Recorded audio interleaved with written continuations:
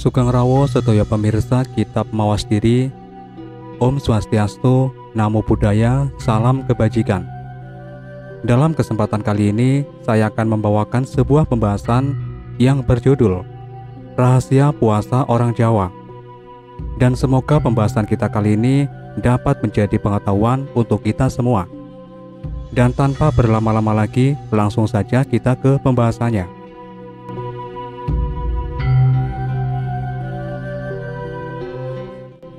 Rahasia puasa orang Jawa. Puasa sudah tidak asing lagi dimanapun orang berada untuk mendengarkan kata-kata ini. Dalam pemahaman manapun, puasa selalu dihubungkan dengan penahanan diri.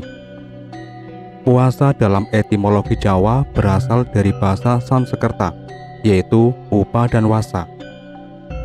Upa berarti pertalian dan wasa berarti wewenang atau kekuasaan. Artinya adalah menalihkan diri untuk mendapatkan kewenangan tertentu, misal ajian dan sebagainya.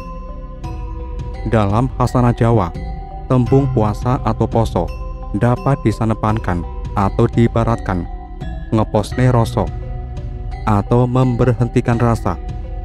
Oleh karena itu, orang puasa tidak hanya dipandang menahan makan, tapi juga menahan syahwat, pandangan, perasaan, kecintaan, maupun penahanan yang lain. Di dalam tembung Dasanama atau buku primbon Aji Mantrawala dijelaskan bahwa poso sama dengan panas, sama dengan tapas, sama dengan tapa. Artinya, sama dengan nyiksa badan. Maka orang berpuasa selalu mengeluarkan panas dari tubuh, seperti halnya orang yang melakukan topo atau semedi. Dan orang tapa itu cenderung menyiksa badan, yaitu tidak makan dan minum, syahwat, urusan dunia dan lainnya. Jadi orang yang berpuasa selalu identik dengan bertapa. Namun, upah apa yang didapatkan?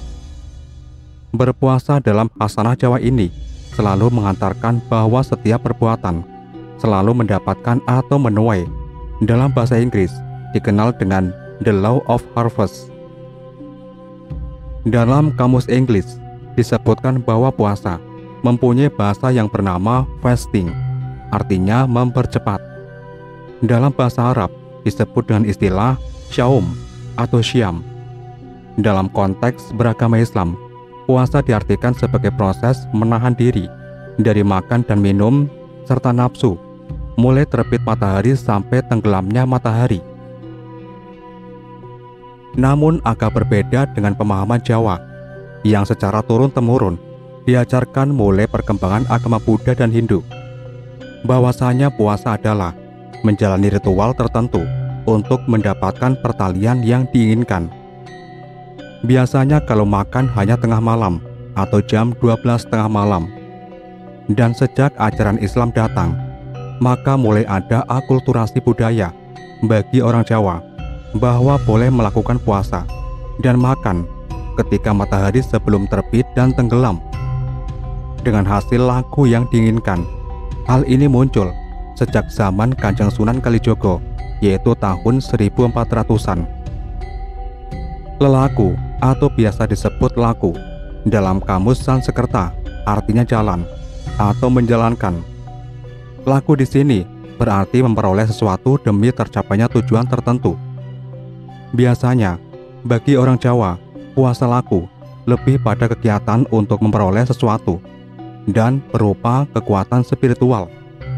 Oleh karenanya, puasa laku adalah suatu sikap atau cara prihatin orang Jawa untuk mendapatkan sesuatu. Secara sadar maupun tidak sadar, orang Jawa beranggapan bahwa setiap kita mempunyai keinginan tertentu, maka perlu dibarengi dengan sarana sesuatu atau sarana laku. Apa manfaat daripada puasa laku? Sebagaimana diketahui bahwa manfaat dari puasa laku sangat banyak dan beragam, bahwa setiap orang yang menjalani berbeda-beda pun juga mendapatkan hasil yang berbeda. Kenapa demikian? Karena tabungan dari dimensi setiap orang itu berbeda-beda, dan setiap orang mengalami pengalaman metafisik yang berbeda-beda pula. Dan yang paling penting, puasa lelaku akan didapatkan hasil sesuai dengan keinginan atau baca niat dari masing-masing yang melakukannya. Misalkan ada yang melakukan puasa laku sebagai sarana untuk mendapatkan ajijaya kawijayan atau kanuragan dan kedigdayaan.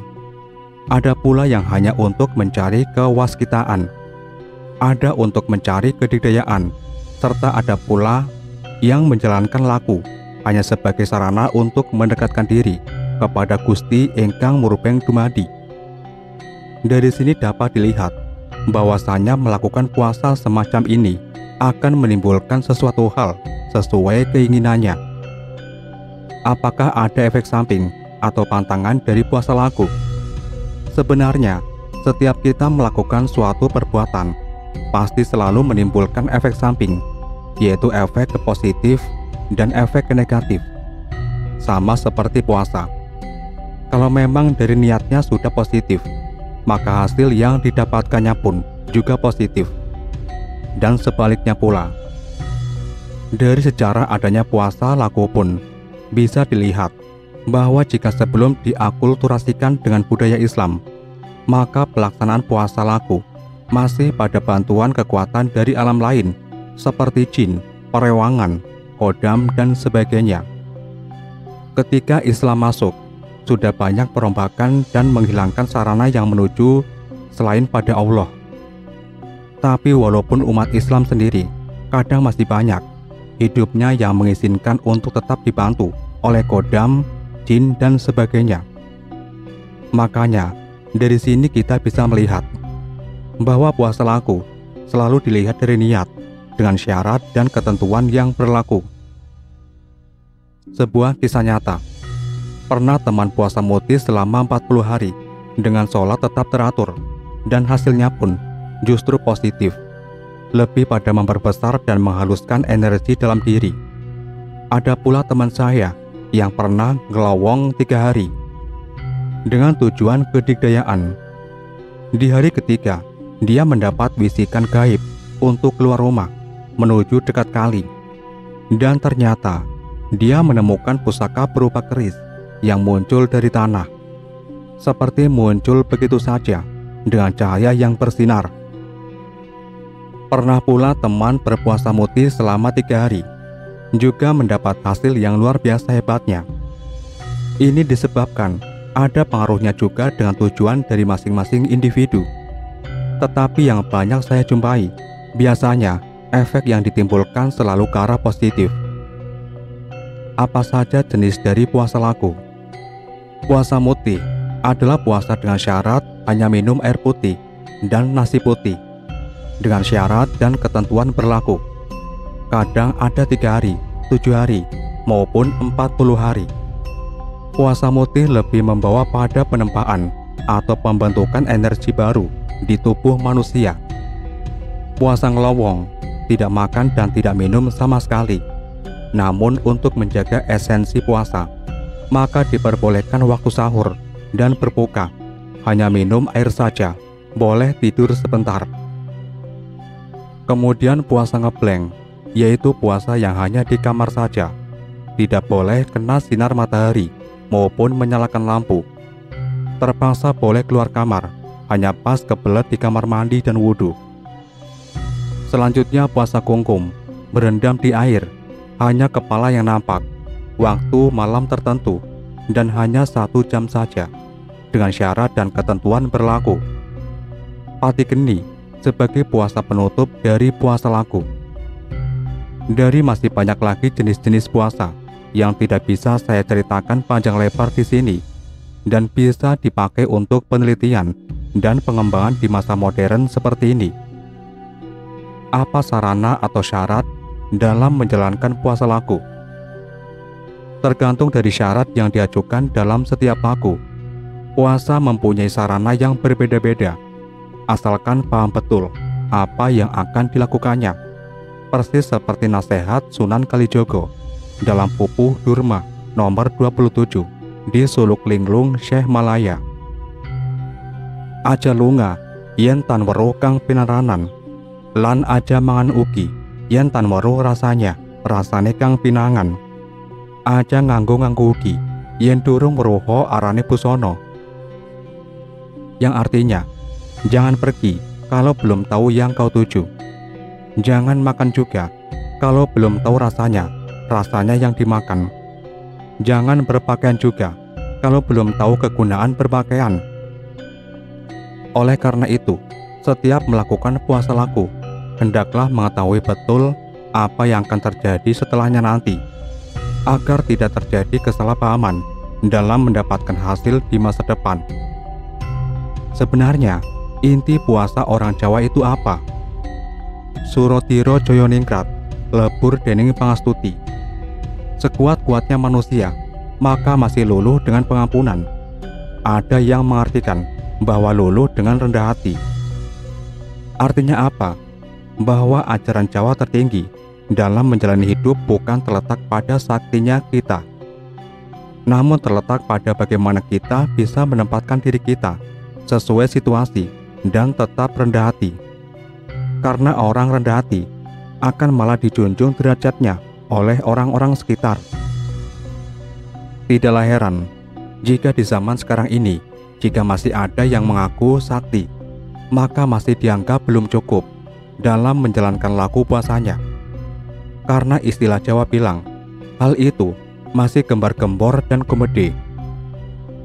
Justru laku tertinggi adalah bagaimana kita sakti tanpa ada orang yang tahu, dan diri kita tetap seperti karakter masa lalu, yaitu tetap menjadi manusia biasa, apa adanya. Karena segala hal yang pernah kita dapatkan itu hanya titipan dari Sang Hyang Wisesa, dan suatu saat pun kita akan bertanggung jawab terhadap apa yang kita dapatkan. Ngluruk tanpa bala, menang tanpa ngasorake. Kesimpulan apa dari semua ini?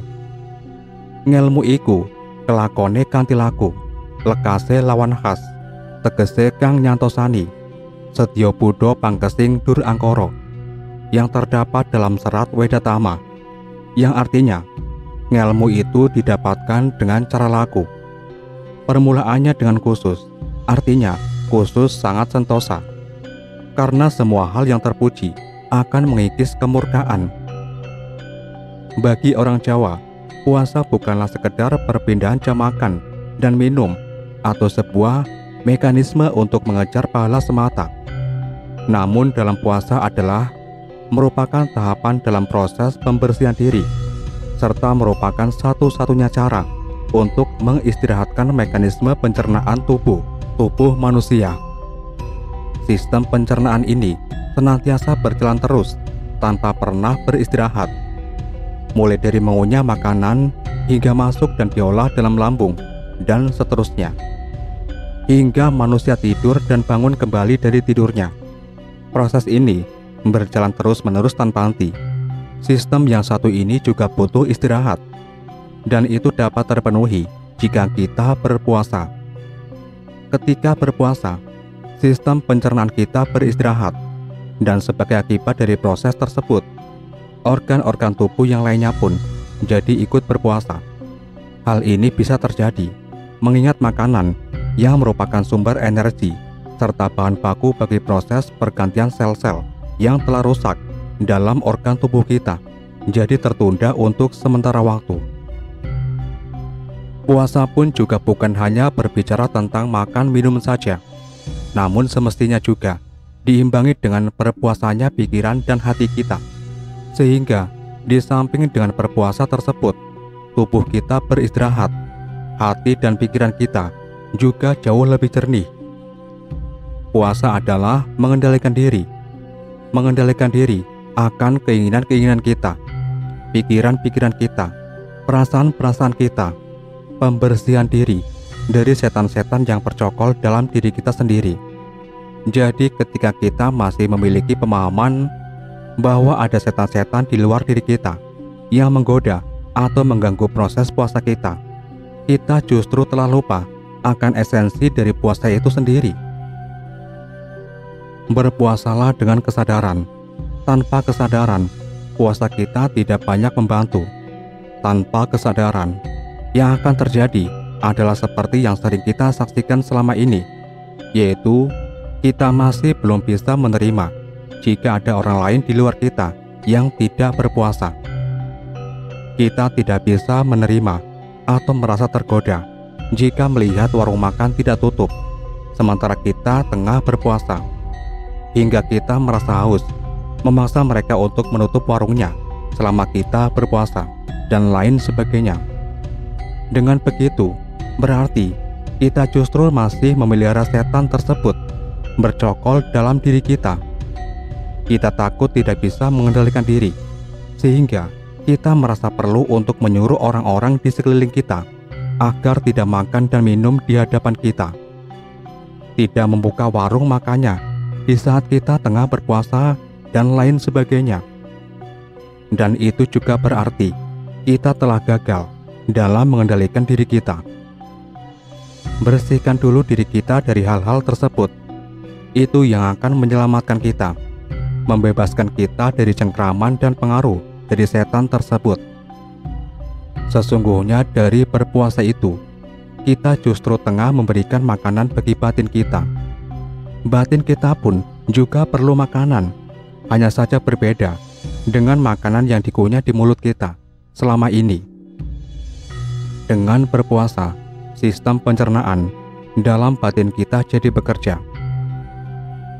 Dengan batin memperoleh makanannya, batin akan memperoleh energi untuk keperluan batin tersebut. Batin jadi bersih dan tercerahkan, sama halnya dengan ketika kita puasa berbicara. Ketika kita puasa berbicara, sesungguhnya kita tengah membiarkan telinga kita untuk mengkonsumsi dengan baik makanannya. Apa yang kita dengar, itulah makanan bagi telinga kita. Dengan puasa berbicara, apa yang kita dengar tersebut akan dicerna dengan baik oleh otak kita, pikiran kita. Oleh karenanya, biasanya seorang pendengar yang baik adalah pembicara yang baik pula. Sebaliknya, seorang yang terlalu banyak bicara biasanya juga bukan seorang pendengar yang baik. Dengan berpuasa dalam kesadaran seperti itu, akan semakin memudahkan proses samadhi kita. Hati dan pikiran yang bersih menunjang proses semedi kita, dan kita akan jauh lebih mudah lagi untuk menapaki tahapan dalam bersemedi. Berikut ini adalah beberapa jenis puasa dalam tradisi Jawa. Yang pertama, puasa mutih. Puasa ini adalah puasa di mana kita hanya diperbolehkan untuk makan nasi putih dan minum air putih saja. Jam makan sama seperti biasanya, hanya saja kita makan nasi putih serta minum air putih saja. Kemudian puasa ngeblank. Puasa ngeblank adalah menghentikan segala aktivitas normal sehari-hari.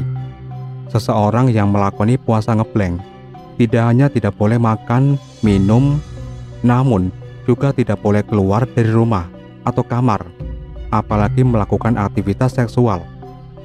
Waktu untuk tidur juga dikurangi, dan juga tidak boleh ada satu penerangan pun yang berada dalam kamar tersebut.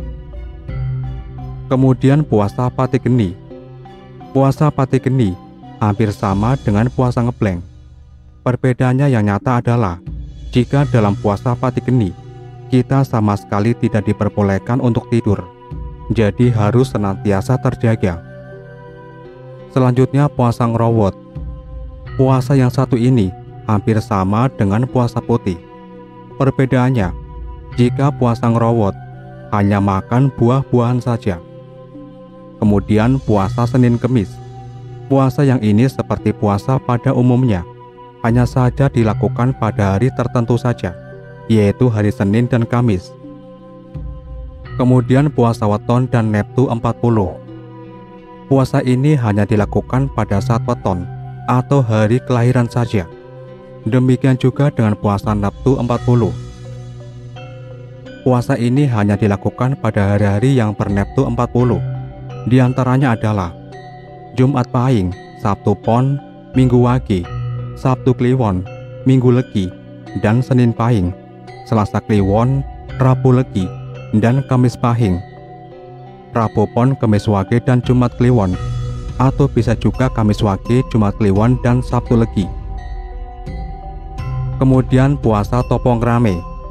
Puasa yang satu ini Menurut KRMH Tulus Kusumo Pudoyo serta Eraharjo Dirjo Subroto, adalah puasa yang tersulit dan terbaik. Beliau berdua selalu menyarankan kepada penulis untuk melakukan hal yang satu ini. Cara berpuasa ini adalah seperti laku ngurang-ngurangi, yaitu ketika kita berpuasa, namun jangan sampai orang lain tahu kalau kita tengah berpuasa. Dalam keseharian kita, tetap beraktivitas seperti biasanya.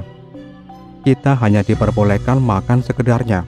Syukur-syukur, hanya 2 atau 3 sendok makan saja dalam sekali makan. Hari berikutnya ditingkatkan lagi. Kalau hari sebelumnya tetap makan 3 kali sehari, hari berikutnya tersebut makan 1 kali sehari, dan begitu seterusnya hingga kita benar-benar tidak makan selama kita tidak nirdoyo.